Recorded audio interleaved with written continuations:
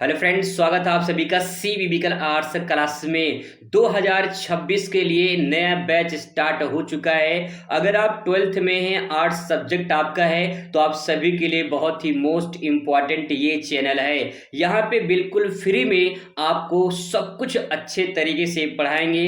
Trick से, तरीके से, मैपिंग से, कोटेशन से अच्छे तरीके से आपको याद करवा देंगे।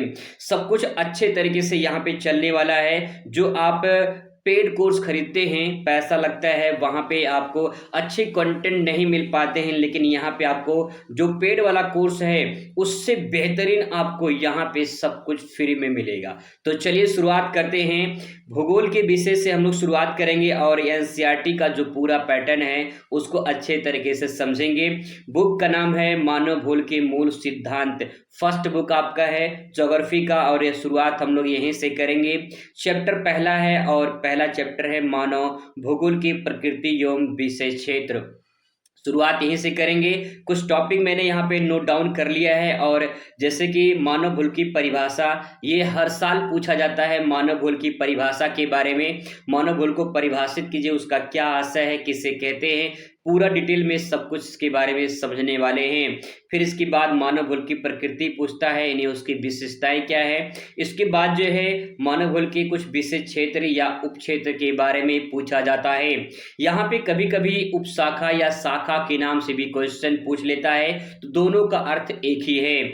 इसके बाद दोस्तों यहाँ पे संभववाद, संभववाद को कभी कभी पेपर में पूछ लेता है कि प्रकृति का मानवीकरण से आप क्या समझते हैं। इसके बाद जो है निश्चयवाद आपसे पूछ सकता है। निश्चयवाद में मानव का प्राकृतिकरण से संबंधित सवाल बनता है। और फिर इसके बाद एक नई क्वेश्चन आती है नव निश्चयवाद, जिसे नव नियतिवाद के नाम से जाना जाता है। ध्यान रखेंगे, निश्चयवाद को नियतिवाद के नाम से भी जाना जाता है। तो इसमें से नियतिवाद या निश्चयवाद दोनों में से कोई पूछेगा तब भी राइट आंसर आपका वही होगा, निश्चयवाद। ठीक है, ये टॉपिक कवर करने वाले हैं और इन्हीं टॉपिक से आपके पेपर में सवाल आते हैं। पूरा डिटेल में समझेंगे। तो सबसे पहले शुरुआत हम लोग करेंगे यहाँ पे कि आखिर मानव भूगोल क्या है, क्योंकि जो बुक का नाम है वो मानव भूगोल के मूल सिद्धांत है। ठीक है, मतलब बुक का नाम है मानव भूगोल के मूल सिद्धांत, और चैप्टर का नाम है मानव भूगोल की प्रकृति में विशेष क्षेत्र। तो दोनों में पहले हम मानव भूगोल को समझेंगे कि आखिर मानव भूगोल किसे कहा जाता है। तो चलिए शुरुआत करते हैं। याद करवाने की पूरी गारंटी रहेगी।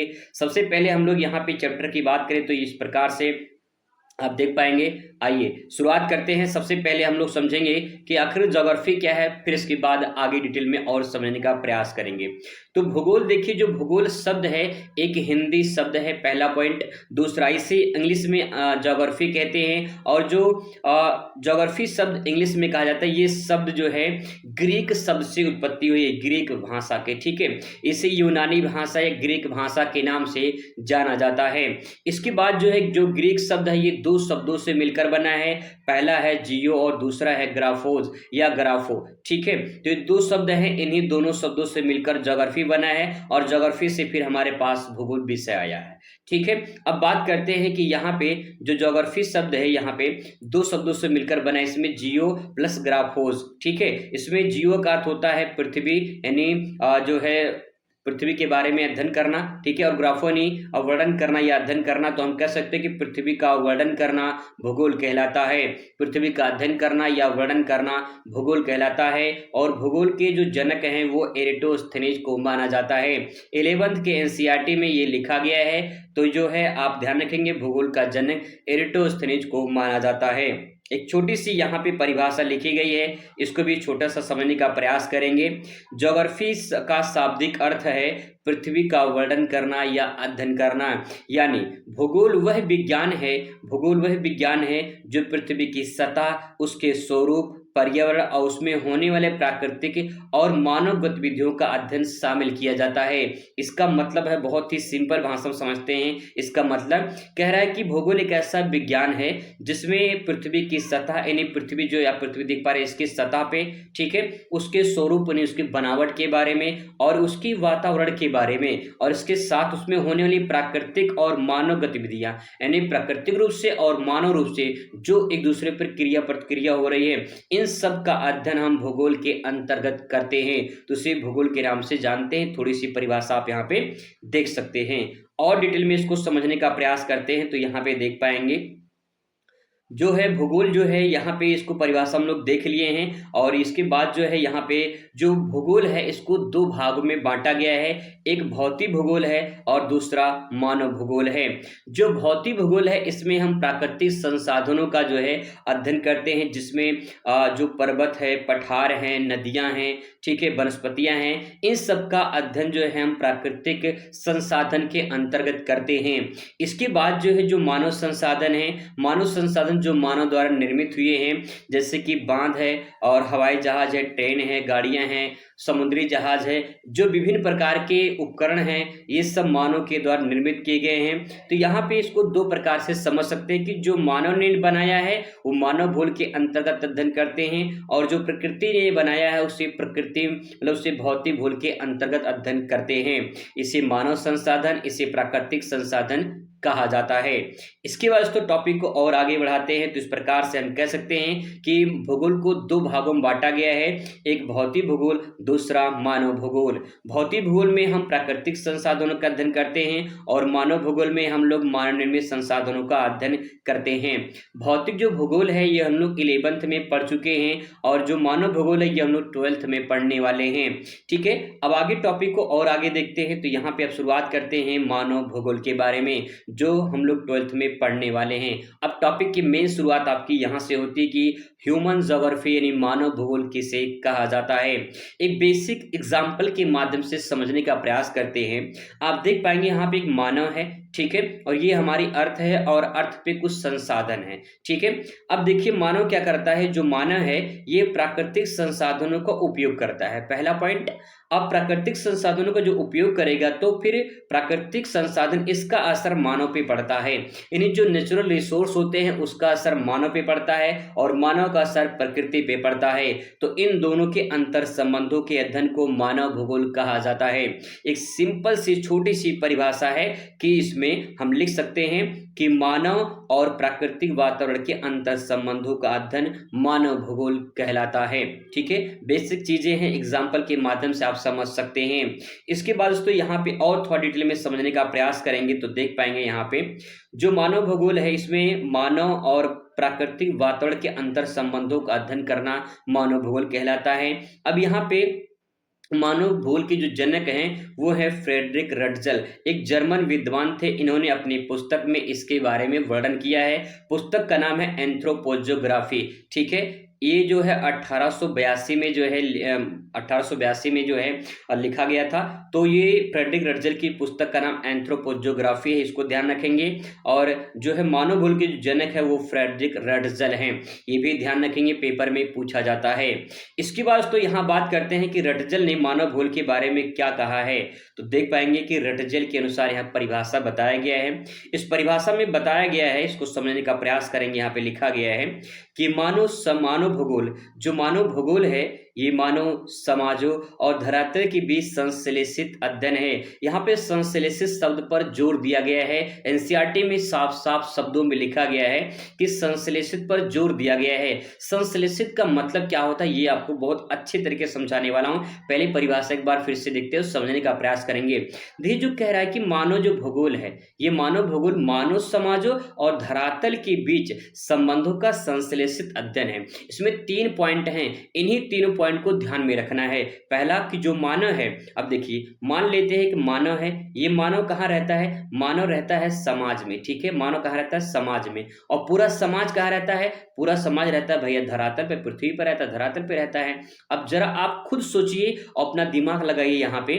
जब मानव समाज में रहता है तो पूरा समाज कहाँ रहता है, धरातल पे रहता है। जब पूरा समाज धरातल पे रहता है तो धरातल पे जो भी संसाधन है मानव समाज उनका उपयोग करेगा, बिल्कुल करेगा उपयोग। जब मानव उपयोग करेगा तो समाज का असर धरातल पर और धरातल का असर समाज पे पड़ेगा। तो क्या दोनों में अंतर संबंध हुआ कि नहीं हुआ, बिल्कुल हुआ। उसी अंतर संबंध को अध्ययन को मानव भूगोल कहा जाता है। यहाँ पे दोस्तों कहा गया है कि देखिए मानव जो है ये धरातल से जुड़ा हुआ है और धरातल मानव से जुड़ा हुआ है। तो कहने का मतलब संश्लेषित शब्द का मतलब होता है आपस में जुड़ा होना, आपस में मिला होना। क्यों, क्योंकि मानव निर्भर किस पे है, प्रकृति पर, और और प्रकृति भी मानव के अकॉर्डिंग ही काम करती है। तो हम कह सकते हैं कि मानव का असर प्रकृति पर, प्रकृति का असर मानव पे पड़ता है। इन दोनों के अंतर संबंधों को मानव भूगोल कहा जाता है। वही इसमें सिंपल परिभाषा में कहा गया है कि मानव समाजों और धरातल के बीच जो संश्लेषित अध्ययन है उसी को मानव भूगोल कहा जाता है। संश्लेषित का मतलब जुड़ा होना, आपस में मिला होना, यानी प्रकृति मानव के साथ मिला है, जुड़ा है। ठीक है, अब देखिए आगे बात करते हैं। रटजल की एक शिष्या थी जिनका नाम था एलन सी सैंपल। ये अमेरिकी भूगोलवेत्ता थे। इन्होंने भी भूगोल की परिभाषा दी है। इन्होंने क्या कहा है? इन्होंने कहा कि जो मानव भूगोल है यह अस्थिर पृथ्वी क्रियाशील मानव के बीच परिवर्तनशील संबंधों का अध्ययन मानव भूगोल कहलाता है। 2024 में ये परिभाषा पूछा गया था और उसमें ये लॉन्ग क्वेश्चन पूछा गया था, 6 नंबर में पूछा गया था। 6 नंबर में पूछा गया था इसी परिभाषा के बारे में, और 6 नंबर का मतलब कम से कम 2 से 2.5 पेज में उसका आंसर आपको देना है। कैसे लिखेंगे, क्या लिखेंगे इसके बारे में जब कुछ समझ में आएगा तब लिख पाएंगे। यहाँ पे समझने का प्रयास करेंगे। मानव भूगोल आखिर किससे कहते हैं? तो उसमें 3 पॉइंट इसमें भी है। पहला अस्थिर पृथ्वी, दूसरा है क्रियाशील मानव, तीसरा परिवर्तनशील संबंध। 3 पॉइंट है यही 3 पॉइंट अगर आप समझ जाएंगे तो पूरा खेल समझ जाएंगे। आइए समझने का प्रयास करते हैं दोस्तों। बात करते हैं यहाँ पे हमारी जो पृथ्वी है, हमारी जो अर्थ है, ये लिखा है अस्थिर पृथ्वी। अस्थिर पृथ्वी का मतलब हमारी पृथ्वी स्थिर नहीं है। स्थिर मतलब कि यहाँ पे स्थिर नहीं है, अस्थिर यहाँ पे लिखा गया है, यानी पृथ्वी मूवमेंट कर रही है, घूम रही है। दूसरी बात यह है कि पृथ्वी पर आंतरिक और बाह्य में कुछ परिवर्तन होते रहते हैं। जैसे कभी भूकंप आया, कभी ज्वालामुखी फूटा, कभी कुछ और हुआ, तो कुछ परिवर्तन होता है कि नहीं होता है? बिल्कुल होता है। कभी भूस्खलन हो गया, कभी पर्वत टूट गया, कभी कुछ हो गया। तो इसका मतलब है कि पृथ्वी पे जो संसाधन है उसमें परिवर्तन होता रहता है, बदलाव होता रहता है। तो अस्थिर पृथ्वी का मतलब यह कि पृथ्वी में आंतरिक और बाह्य में कुछ न कुछ परिवर्तन हो रहा है, कुछ न कुछ बदलाव हो रहा है। इसका मतलब पृथ्वी स्थिर नहीं है। अगर कोई चीज है स्थिर है, इसका मतलब वो टिकी एक जगह पे है। जैसे घर है, आपका घर, आपका विद्यालय एक जगह पे बना हुआ है, उसमें कोई बदलाव नहीं हो रहा है। आपका विद्यालय ऐसा नहीं कि जो है आपके विद्यालय में जो है 1 किलोमीटर मतलब कि आपका घर जो है, आपके घर से विद्यालय की दूरी 1 किलोमीटर है, जो है 5 साल बाद विद्यालय मान लो 10 किलोमीटर पे हो जाए, ऐसा तो नहीं होगा। जहां विद्यालय है वहीं पे रहेगा, वो स्थिर है। इसका मतलब ये है कि कुछ चीजें स्थिर है लेकिन पृथ्वी स्थिर नहीं है, ये अस्थिर है। अस्थिर का मतलब पृथ्वी के आंतरिक भागों में और बाह्य भागों में कुछ न कुछ बदलाव हो रहा है। ठीक है, उसी को बात यहाँ पे बताया गया है। पहला पॉइंट समझ में आ गया, आई होप समझ में आ गया होगा। आगे बात करते हैं क्रियाशील मानव। क्रियाशील मानव का मतलब मानव भी काम कर रहा है, क्रिया मतलब काम कर रहा है, और मानव बैठा नहीं है। मानव कुछ न कुछ काम कर रहा है, प्रकृति को उपयोग कर रहा है, प्रकृति के जो संसाधन उनका उपयोग कर रहा है। जब मानव प्राकृतिक संसाधनों को उपयोग करेगा और जो है उसका यूज करेगा तो परिवर्तन होगा कि नहीं होगा? बिल्कुल होगा। तो कह सकते हैं कि अस्थिर पृथ्वी क्रियाशील मानव के बीच में क्या हो रहा है? परिवर्तन हो रहा है, और इसी परिवर्तन से संबंध को, अध्ययन को मानव भूगोल के नाम से जाना जाता है। सिंपल परिभाषा है, कोई रट्टा मारने, बस केवल समझने वाली बात है। इसमें भी 3 पॉइंट है और इसमें भी 3 पॉइंट है, आसानी से परिभाषा को याद कर सकते हैं। तो दोस्तों ये इंपॉर्टेंट पॉइंट थे। इसके बाद जो है टॉपिक को हम लोग आगे बढ़ाएंगे। अभी तो सिर्फ हम मानव भूगोल के बारे में पढ़े हैं, इसके बाद और टॉपिक आपके आएंगे आने वाले जो है अगली वीडियो में, ताकि आप इसे अच्छे से तैयार कर सके। अगली वीडियो में जो मुलाकात करेंगे और अच्छे तरीके से आपको समझाएंगे। चलिए मुलाकात करते हैं अगली वीडियो में। तब तक खुश रहिए, मस्त रहिए और जिंदगी में स्वस्थ रहिए। धन्यवाद।